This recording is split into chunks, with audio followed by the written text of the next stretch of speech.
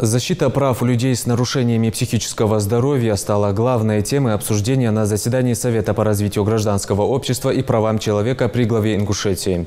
Встреча прошла под председательством Юнусбека Евкурова. Подробности в следующем материале. По данным регионального Минздрава, в республике наблюдается увеличение больных по сравнению с 2015 годом на 13%.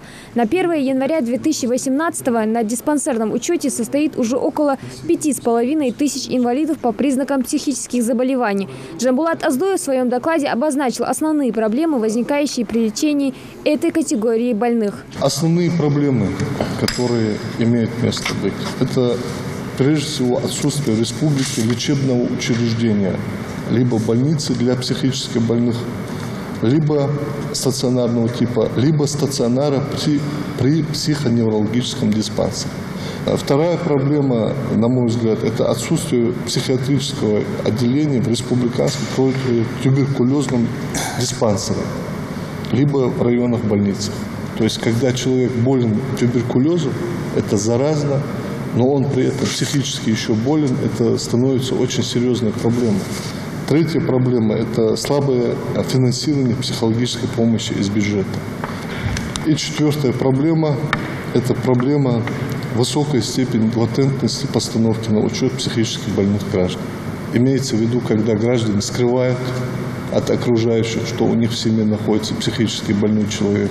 При этом страдает прежде всего этот психически больной человек. Джамбулат Аздоев также доложил, что посетил Псидахский психоневрологический дом-интернат и Троицкий детский дом-интернат для умственно отсталых детей, где наблюдается нехватка жилых помещений для больных, проблемы с водоснабжением, системой пожарной безопасности и другие нарушения. Проблема финансирования этих учреждений.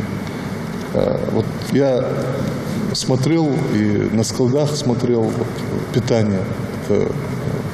Значит, в основном обеспечение идет за счет пенсий по инвалидности. Глава Ингушетии поручил Совету по правам человека совместно с контрольным управлением администрации проверить интернаты, в том числе и использование средств, поступающих на обслуживание больных детей. Разбирался, что там лет 5-6 назад содержание, именно питание и обслуживание содержания этих детей, инвалидов, производится за счет их пенсий, которые идут не родителям этих детей, а они идут напрямую в этот диспансер.